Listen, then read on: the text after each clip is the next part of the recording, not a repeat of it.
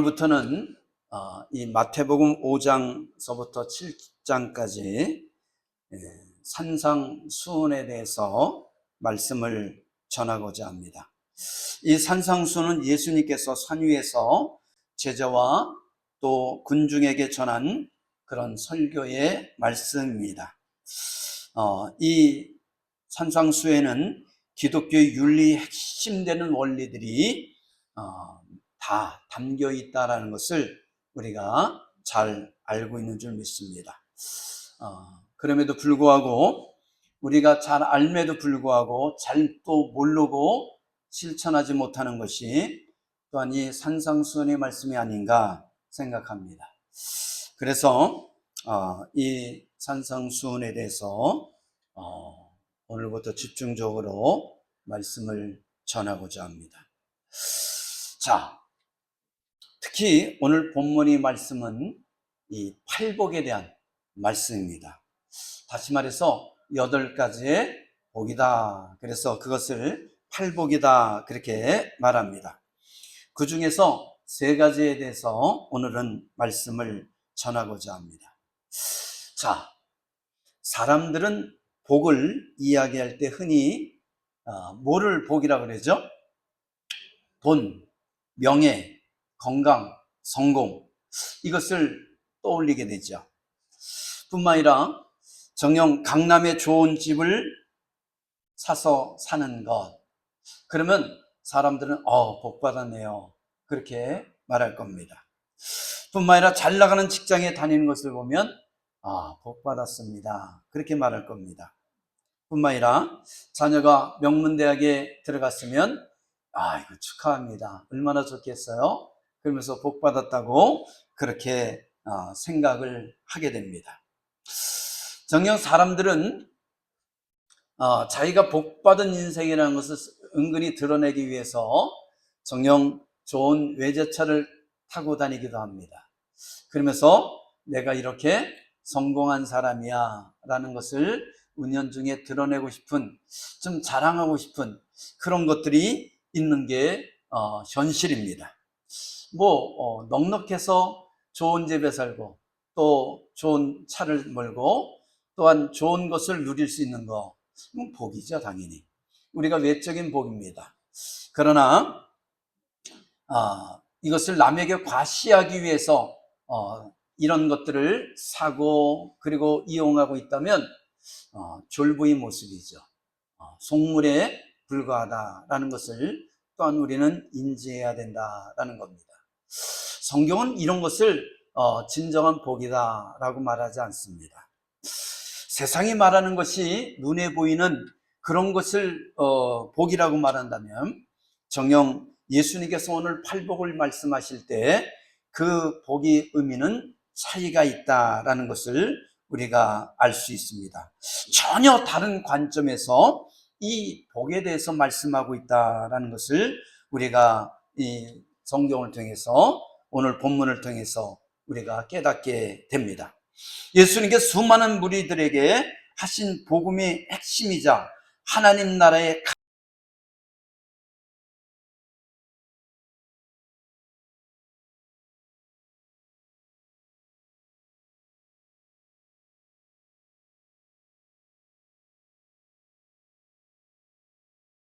상태를 말하는 것이 아니에요. 여기서 이 가난하다는 것은 뭐가 가난한 거예요? 물질이 없어 가난한 것이 아니라 심령이 가난한 자다라고 말하고 있습니다. 다시 말해서 하나님 앞에서 자신이 아무것도 아니라는 것, 정녕 하나님 앞에서 나는 무익한 존재라는 것을 고백할 수 있는 사람, 이런 사람들이 뭐예요? 심령이 가난한 자다라고 말할 수 있다는 것이죠. 세상은 자존심이 높아야 성공한다고 말합니다. 그러나 하느님 앞에서는 자기를 낮추고 겸손한 자가 하나님의 은혜를 누릴 수 있다라는 것을 말하고 있어요. 우리가 성경을 읽어보면서 하나님이 축복을 받은 사람은 자기의 잘난 것에 살아가는 사람들을 축복한다고 말한 적이 없어요. 성경 속에서 하나님이 축복을 받은 사람은 어떤 사람이냐? 하나님 앞에 겸손한 자가 하나님의 축복을 받았고 누렸다라는 것을 우리는 알 수 있습니다. 뿐만 아니라 현실 속에서도 하나님의 은혜와 축복을 누리는 사람은 어떤 사람이냐? 하나님 앞에 겸손하게 무릎 꿇을 수 있는 사람들, 정녕 하나님 앞에 나는 무익한 종입니다라고 고백하는 사람들, 그리고 정녕 하나님 앞에 자기를 내려놓을 수 있는 사람들을 하나님께서는 정녕 기억하시고 그들에게 은혜를 베푸신다라는 것을 우리는 너무나 잘 알고 있다라는 겁니다. 심령이 가난한 사람은 자신이 죄를 인정하고 하나님 없이는 살 수 없음을 고백하는 것, 하나님과 동행하는 삶을 기쁘게 여기는 사람들이다라는 것입니다. 여기서 정녕 세상의 축복을 누리는 사람들은 결코 하나님과 동행하는 것을 불편해한다는 거예요. 왜냐하면 정상적인 방법으로 세상의 물질을 얻은 사람들이 아니기 때문에 하나님과 동행하면 하나님께서는 그것은 잘못된 거야, 그것은 불법이야, 그것은 죄야 라는 것을 양심의 찔림을 통해서 계속 말씀하기 때문에 하나님과 동행하고 하나님과 함께 가는 것이 뭐 할 수밖에 없어요? 불편할 수밖에 없죠. 불편할 수밖에 없습니다. 그렇기 때문에 정녕 하나님과 함께하고 하나님과 동행하는 사람은 정녕 심령이 가난한 자다. 그래서 나의 죄를 내려놓고 진실로 하나님의 말씀에 순종하며 그 말씀에 따라서 그리고 하나님의 그 보좌에 맞춰서 걸어가는 사람이다 라는 것을 우리가 깨닫길 바랍니다. 할렐루야. 자, 한 찬양 인도자가 있었습니다. 어느 작은 시골 교회에서 오래된 기타 하나로 찬양을 인도하던 그런 청년이 있었습니다. 그는 고가의 악기를 가진 것도 아니고 이 음악의 전공자도 아니었습니다. 그래서 음악적 실력이 뛰어난 것도 아니었습니다. 그러나 매주 하나님을 향한 진실된 마음으로 찬양을 올려드렸습니다. 어느 날 그가 사용하던 낡은 이 기타가 예배 직전에 고장이 나고 말았습니다. 설상가상으로 기타 줄도 끊어져 버렸습니다. 정녕 기타를 치고 싶었지만 정녕 칠 수가 없는 그런 상황이 되었습니다. 교인들은 이구동성을 말합니다. 오늘은 그냥 찬양을 생략하죠. 굳이 찬양을 올려드릴 필요가 뭐가 있습니까? 라면서 찬양을 부르지 말자고 그렇게 말했습니다. 그러나 그 청년은 묵묵하게 자리에서 일어나 찬양 시간이 되자 자리에서 일어나 정녕 찬양대 앞에 섰습니다. 그리고 말합니다. 기타는 고장났지만 제 마음은 하나님께 언제든 열려 있습니다. 악기는 없어도 찬양은 멈춰서는 안 됩니다. 그리고 정녕 기타는 없었지만 악기는 없었지만 라이브로 목소리로 하나님 앞에 찬양을 올리기 시작했습니다. 교인들은 정녕 그 목소리에 맞춰서 인도자의 목소리에 맞춰서 찬양을 부르기 시작했습니다. 악기는 없었지만 오히려 그들이 마음속에 성령의 은혜가 임해서 더욱더 뜨겁고 간절한 찬양을 올릴 수 있었습니다. 정녕 많은 사람들이 그 청년의 찬양 인도에 맞서 찬양을 부르다 성령의 감동받아 정녕 눈물바다가 되었고 그날 예배는 하나님의 놀라운 은혜와 축복이 많은 시간이 되었다라는 것이죠. 예배 끝나고 한 성도가 말합니다. 오늘 저런 은혜로운 찬양은 처음이었습니다. 예배는 처음이었습니다. 하나님은 형식보다 외형적인 형식보다 우리의 마음을 받으신다는 것을 깨달았습니다 라고 고백했다. 여러분, 화려한 거창한 그런 예배, 그런 찬양보다 하나님께서 진정으로 원하시는 예배와 찬양은 뭐냐? 신령과 진정으로 마음을 다해서 드려지는 찬양과 예배라는 것을 오늘 우리가 깨닫는 은혜가 있기를 주님으로 축원합니다. 그렇습니다. 이 청년은, 이 찬양을 인도하는 이 청년은 심령이 가난한 자라는 것입니다. 그는 특별히 자랑할 것이 없었지만 마음을 다해 하나님께 찬양하고 예배를 드렸습니다.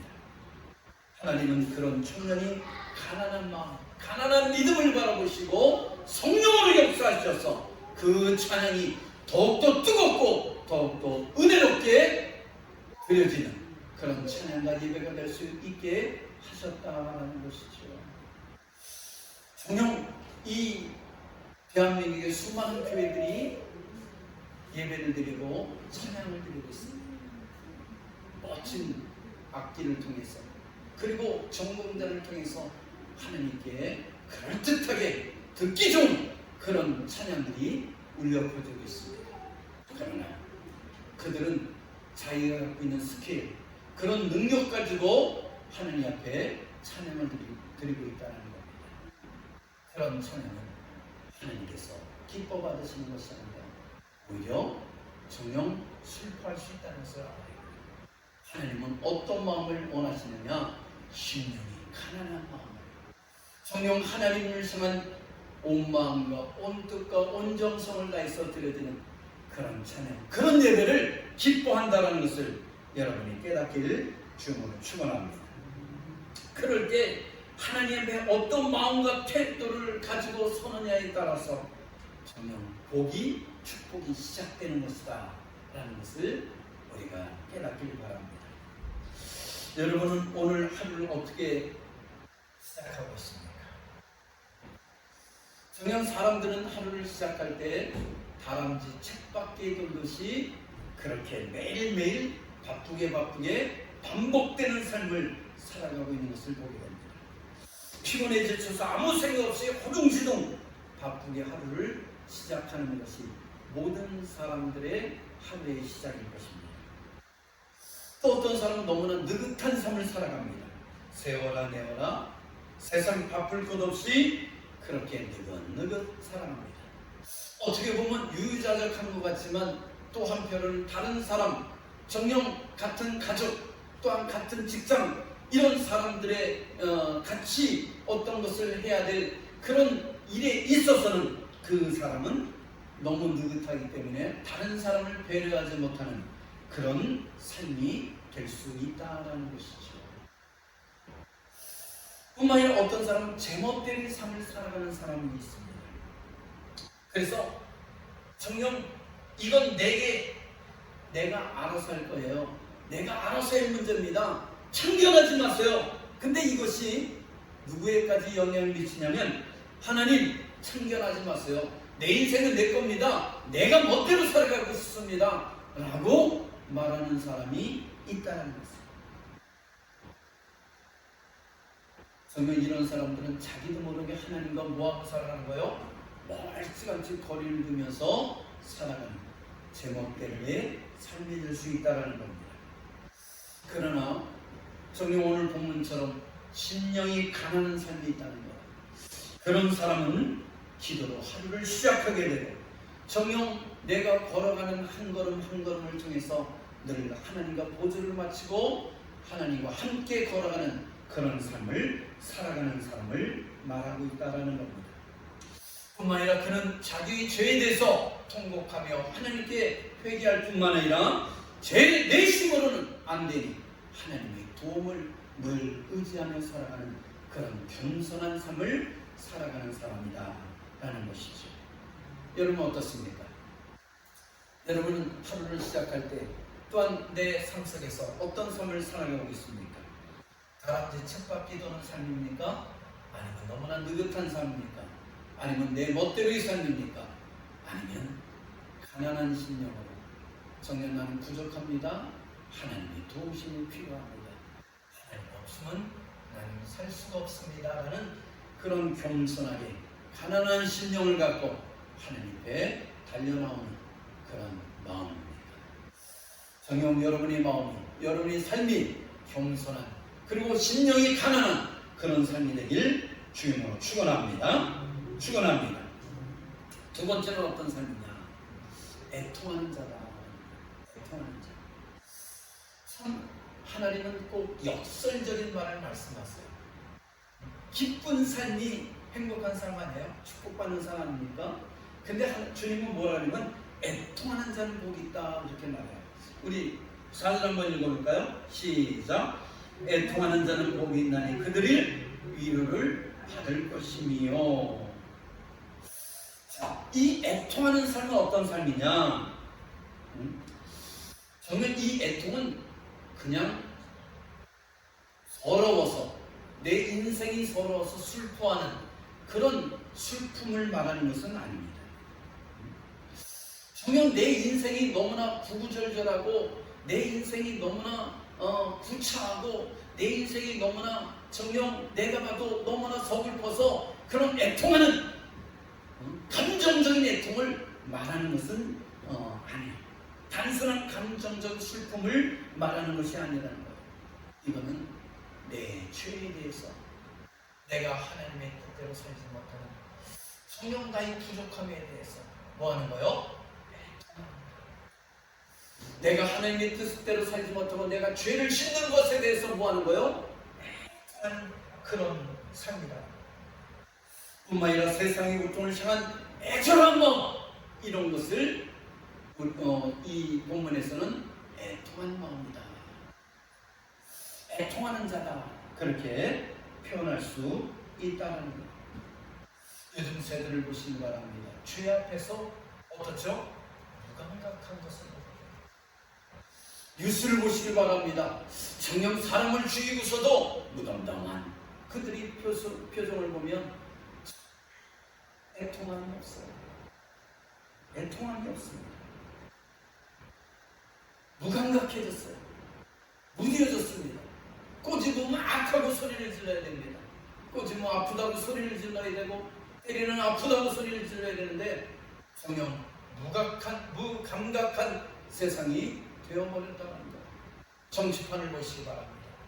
정녕 내부만물이 하늘을 치고 있다는 것을 우리는 느낄 수가 있어요. 내가 하면 뭐야? 로맨스. 남이 하면 불륜이에요. 참 역겨워 토하고 싶은 정도의 그런 모습들을 하고 있는 것을 볼 수가 있지 않아요. 여러분, 근데 정치권뿐만 아니라 우리가 살아가는 모든 삶의 구석구석마다 이런 일들이 일어나고 있는 것을 볼 수가 있다는 것이죠. 성령, 이런 죄악된 세상을 바라보며 뭐 할 줄 알아야 되는 거예요? 눈물을 흘리지, 애통하는 마음을 가지는 거예요. 눈물이 선지자 누구요? 에레미야. 에레미야는 이스라엘 백성들의 죄를 바라보고 정녕 저들이 하나님만을 섬기지 않고 우상을 섬기는, 그래서 하나님이 진노의 대상이 된 것에 대해서 뭐 했죠? 눈물, 애통하며 눈물을 흘렸어. 그래서 그를 일컬어 눈물의 선지자라고 말했어요. 여러분, 우리 현실을 바라보고 정녕 우리가 살아가는 삶을 바라며 이 대한민국을 바라보고 이 세계를 바라보면서 정녕 죄악된 세상을 바라보며 하나님, 정녕 하나님이 만든 이 아름다운 세상이 어찌하여 이렇게 죄악으로 가득 찼습니까? 어찌하여 죄악된 인생들이 판을 치고 정녕 죄악된 인생들이 소리를 지르고 있습니까? 라면서 뭐 할 줄 알아야 돼요? 애통하는 심령이 돼야 된다. 죄인들이 어떻게 큰 소리를 치는 그런 세상을 우리가 바라보고 있어야 됩니다. 그들과 맞짱을 뜨며 싸우고 싶지만 그렇게 살 수는 없기에 우리는 하나님 앞에 뭐 해야 되죠? 애통해야 돼요. 나도 거기에 동조함을 애통해야 하고 내가 가슴 치며 기도하지 못하는 것에 애통해야 된다는 거예요.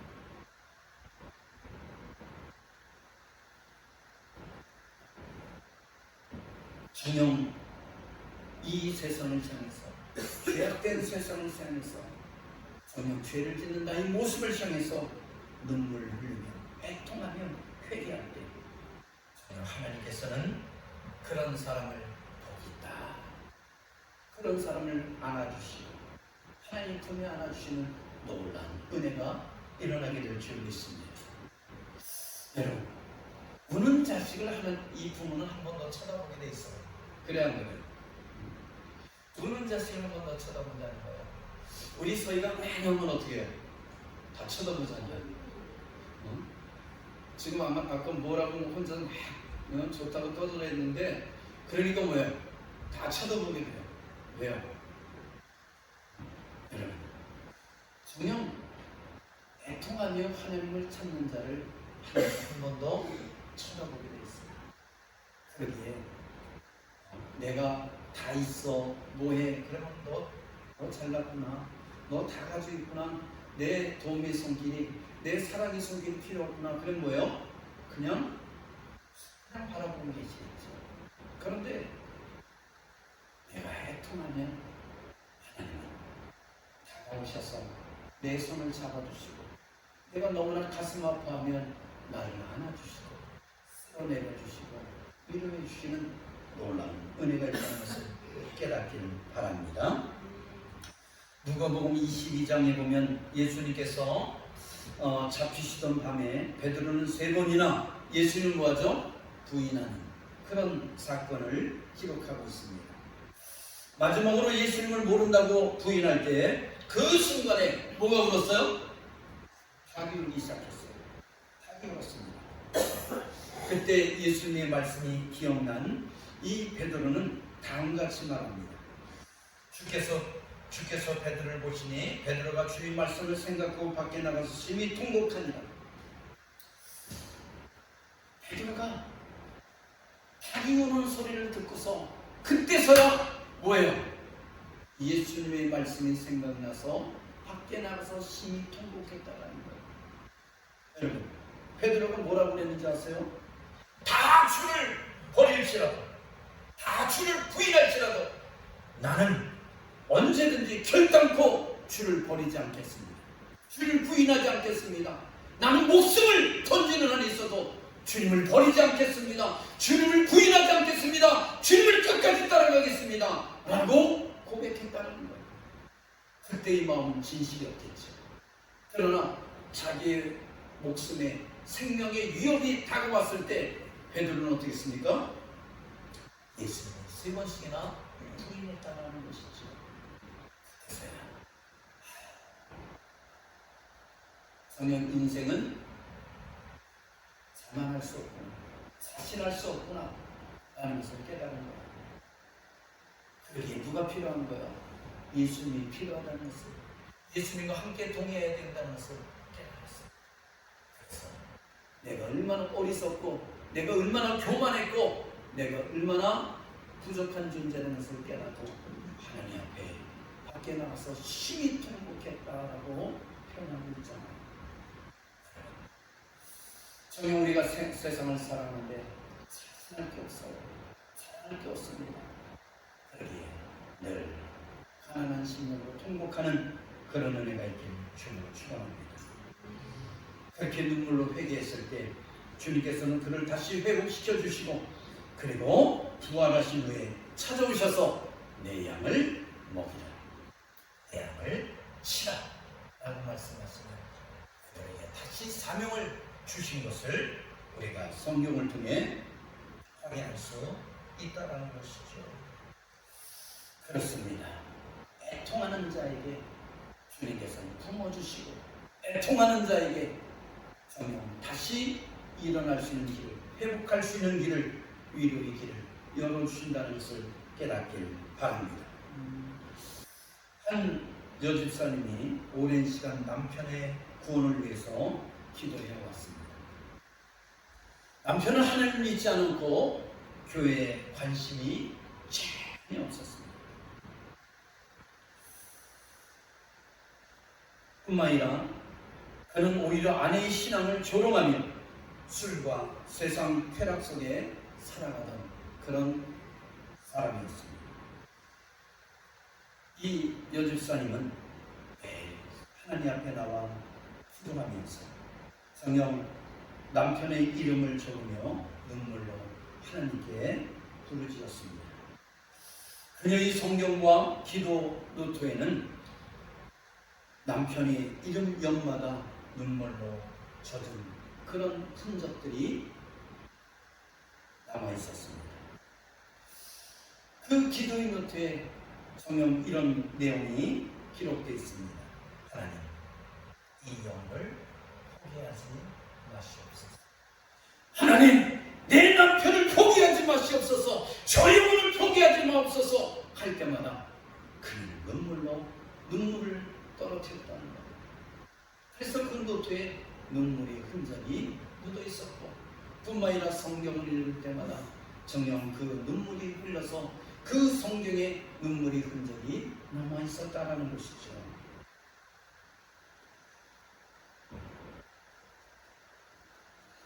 그가 그렇게 눈물로 기도하고 몇 년이 지났습니다. 수년이 지나고 남편은 갑작스러운 병으로 쓰러지게 되었고, 병상에 누워 삶을 돌아보던 남편은 아내의 사랑과 오랜 기도를 떠올리며 눈물을 흘리기 시작했습니다. 성령이 뭐가 임한가요? 은혜가 임한 것이죠. 병상에 누워서 성령은 이런저런 생각을 하는데, 돌이켜보니까 내가 참 못된 삶을 살았구나. 내가 참 바보같이 살았구나. 성령, 나는 영원히 건강할 줄 알았는데 이렇게 쓰러질 수 있구나 라는 것을 깨달았다는 거죠. 성령, 내 아내의 그 보살핌과 내 아내의 기도가 안 왔으면 나는 죽을 수도 있겠구나 라는 것을 깨닫기 시작했습니다. 그래서 그 아내에게 다음같이 말합니다. 여보, 당신이 믿는 하나님을 나도 믿고 싶습니다. 당신이 믿는 하나님을 나도 믿고 싶소 라고 고백했다는 거예요.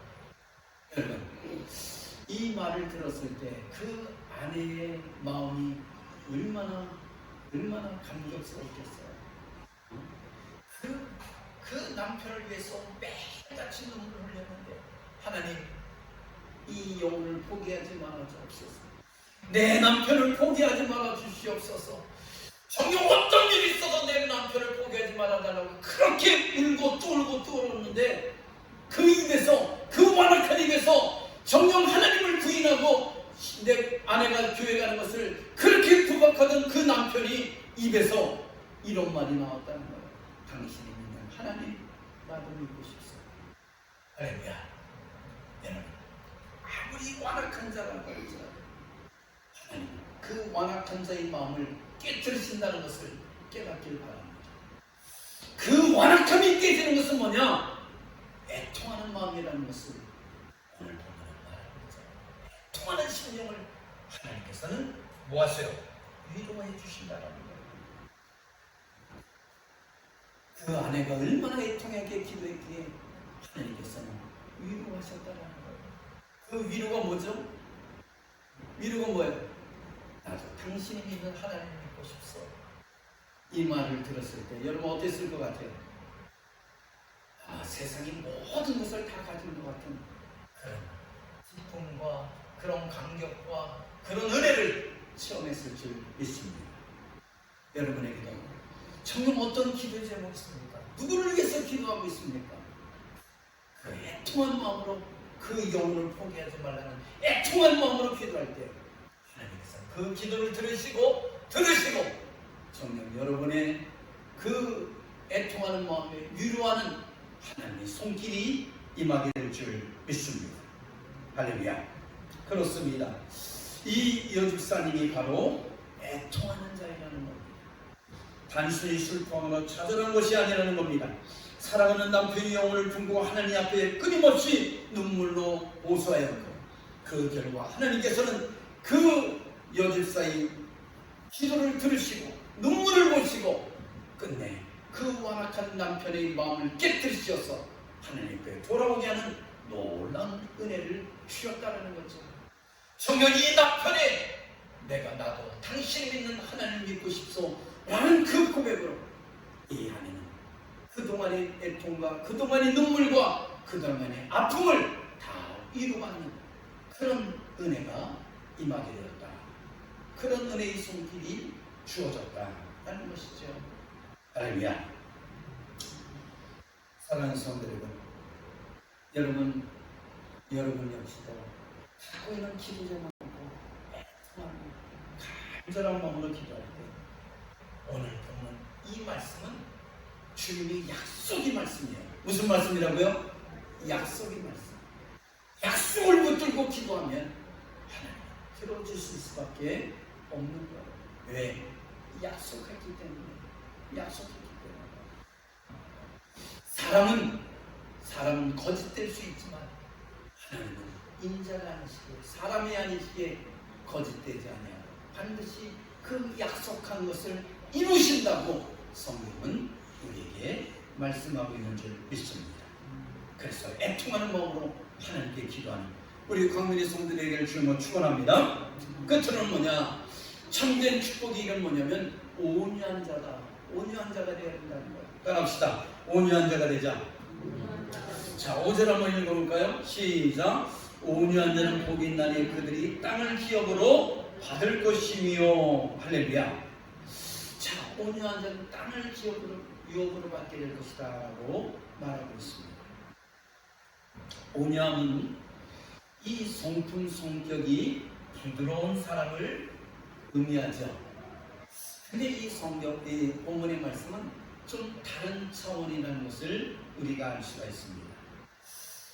온유한 자, 성격이 부드러운 자, 따뜻한 자, 맞는 얘기예요. 그러나 정녕 타고난 성격이 이 온유한 사람이 있고 타고난 성격이 좀 와일드한 사람도 있잖아. 그럼 이 와일드한 사람은 어떻게 하라는 거야? 자, 그래서 약간 다른 의미라는 것을 우리가 알아야 됩니다. 강한 힘을 갖고 있지만 절제하는 자. 내가 모든 것을 할 수 있지만 하나님의 은혜 안에서 뭐 할 수 있는 자요? 절제할 수 있는 자. 하나님께 또 뭐 할 수 있는 자요? 내 마음대로 살 수 있지만 하나님의 말씀을 붙들고 순종하는 자. 이런 사람들을 뭐라고 해요? 바로 온유한 자다. 그렇게 말할 수 있어요. 세상은 목소리 큰 사람이 이기고 권력과 힘센 사람이 앞서 나간다고 생각합니다. 그러나 하나님은 온유한 자에게 뭐를 주신다고 그래요? 땅을 주신다고 말하고 있습니다. 이 땅은 단순히 땅덩어리가 아니라 하나님께 주시는 풍성한 산, 천국의 평안을 뜻한다 라고 말할 수 있다는 것입니다. 내가 이 서부 영화를 보면 그 광야란 광야에 이 야생마들이 막 무리를 지어서 달려가는 것을 볼 수 있죠. 근데 이 야생마들은 뭐예요? 길들여지지 않은 말들이에요. 길들여지지 않은 말. 그런데 이 서부의 사나이가 말을 타고 막 달려가서 지금 밧줄을 막 돌려가지고 탁 목에 걸어요. 그래서 목에 건 다음에 그 길길이 뛰는 야생마를 끌고 와서 뭐 하기 시작해요? 길들이기 시작합니다. 그런데 길들이기 시작하기 위해서 그 안장을 올려놓고 사람이 올려가면 생전 그 등에 사람을 실은 적이 없는 이 말은 그 사람이 거치장스러우니까 어떻게 해요? 막 길길이 뛰면서 그 사람을 떨어뜨리려고 해요. 그래서 길들이는 사람이 말이 올라가다 떨어지고 말이 올라가다 떨어지고 막 그러죠. 그렇게 한참을 하다 보면 어느 순간인가 이 말이 어떻게 해요? 사람을 등에 태우는 것을 허락해요. 그리고 정녕 앞으로 가라면 앞으로 가고 옆으로 가라면 옆으로 가고 달리라면 달리는 멈추라면 멈추는 그런 것을 하게 되는 것을 보게 돼요. 이게 뭐예요? 길들여진 거예요. 온유하다는 것은 길길이 뛰는 내가 하나님의 손길에 길들여지는 거예요. 할렐루야. 이게 뭐요? 이게 뭐요? 우리가 예수를 알기 전 내 마음대로 내 생각대로 세상 속에서 막 살았잖아. 그러다가 내가 예수를 알고 예수를 믿고 구원받고 하나님 말씀을 듣고 그 말씀대로 살아가면서 내가 점점 하나님 말씀에 길들여져 가는 거야. 그런데 내가 야생마처럼 막 뛸 때는 내가 자유로운 것 같지만 그러다가 사자한테 잡혀먹을 수 있고 또 뭐 할 수 있어요? 이리떼한테 잡혀먹을 수 있고 늑대한테 전혀 그런 거친 야생 동물들에게 잡혀먹을 수 있잖아요. 네. 내가 주인에게 하나님 앞에 길들어지면 하나님께서 내 삶을 보호하는 놀라운 은혜가 일어날 줄 믿습니다. 할렐루야. 한 크리스천 부장이 부당한 누명을 쓴 적이 있었습니다. 프로젝트 실수의 책임이 자신에게 돌아오면서 상사에게 질책을 받았고 심지어 동료들조차 등을 돌리게 되었습니다.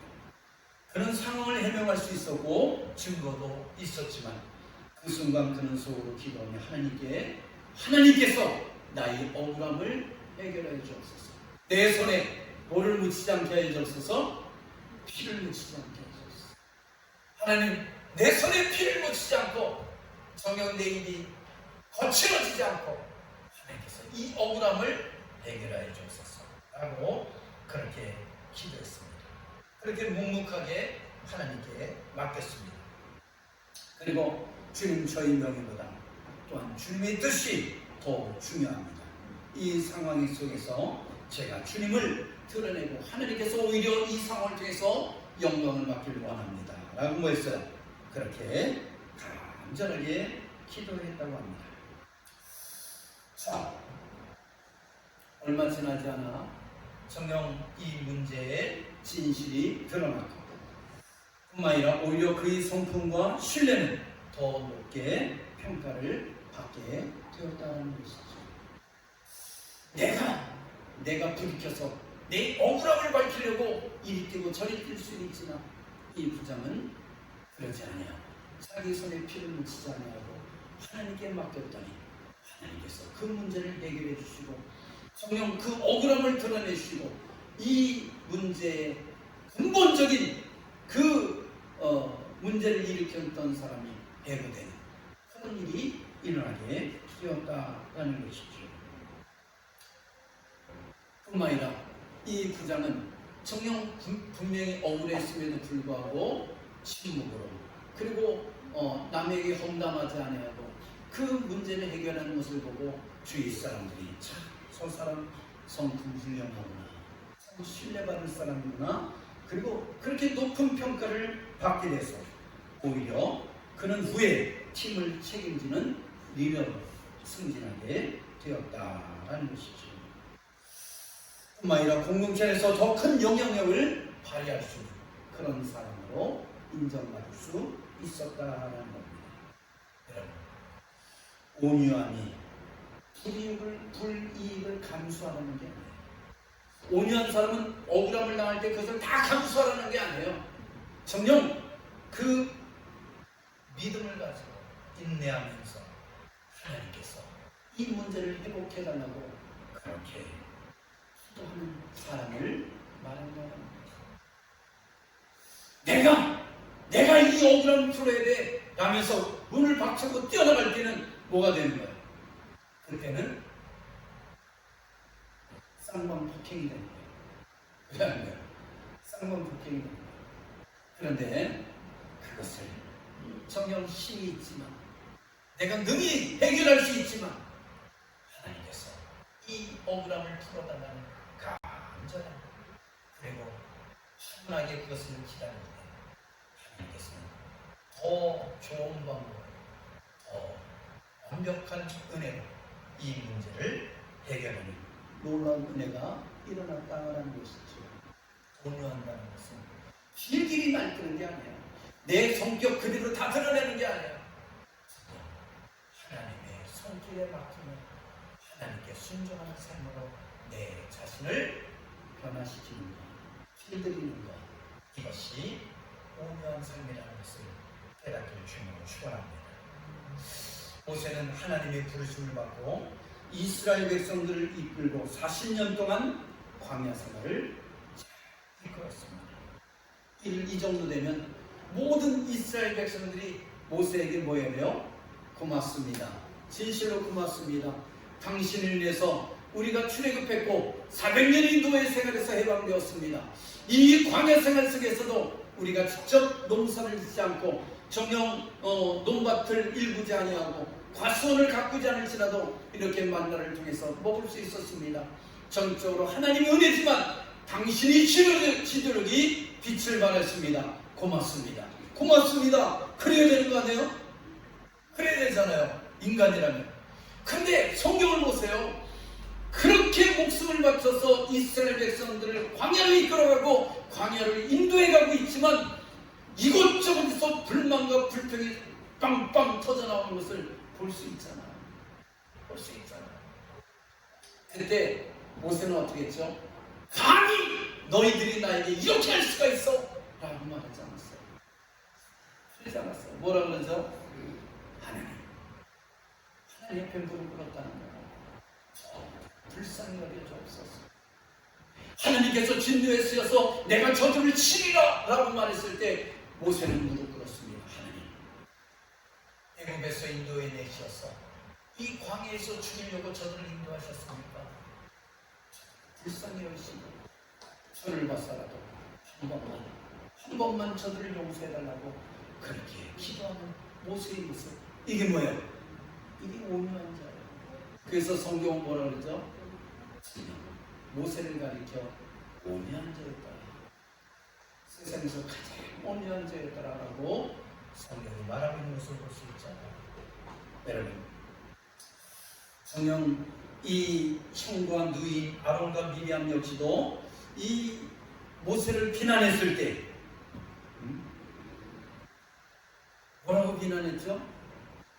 하나님이 모세만을 통해 말씀하셨느냐? 우리에게도 말씀하셨다라면서 모세를 비난했어요. 그때 모세는 여기에 반박하지 않고 하나님께 기도했어요. 하나님이 해결하시옵소서. 내 손에 피를 묻히지 않게 하여 주옵소서. 그런데 하나님께서 내가 모세와 함께합니다. 너희들과 내가 꿈으로 나타나고 너에게 정령 환상으로 너에게 보여주냐? 나는 모세와 직접 대면하며 대화한다 하면서 모세와 함께하고 있다는 것을, 내가 모세를 이스라엘 지도자로 세웠다는 것을 입증해 주는 것을 볼 수 있어요. 뿐만 아니라 정령 누이 미리암의 손에 뭐가 났어요? 문둥병이 일게 해가지고, 그리고 하나님께서 이 모세가 하나님께서 지명한 지도자라는 것을 입증해 준 것을 볼 수가 있었다는 것이죠. 여러분, 그렇습니다. 복은 환경이 아닌 마음의 상태에서 달려 있습니다. 복은 밖에서 오는 것이 아니라 내 내면에서 온다는 것을, 또한 하나님과의 관계 속에서 생긴다는 것을 깨닫길 바랍니다. 예수님의 말씀은 우리 삶을 송두리째 뒤바꿀 수 있다는 것을 깨닫길 바랍니다. 세상의 기준으로 살던 삶에서 하나님 나라의 기준으로 살아가는 삶으로 전환될 때 우리는 참된 복을 체험하게 될 줄 믿습니다. 기도합니다.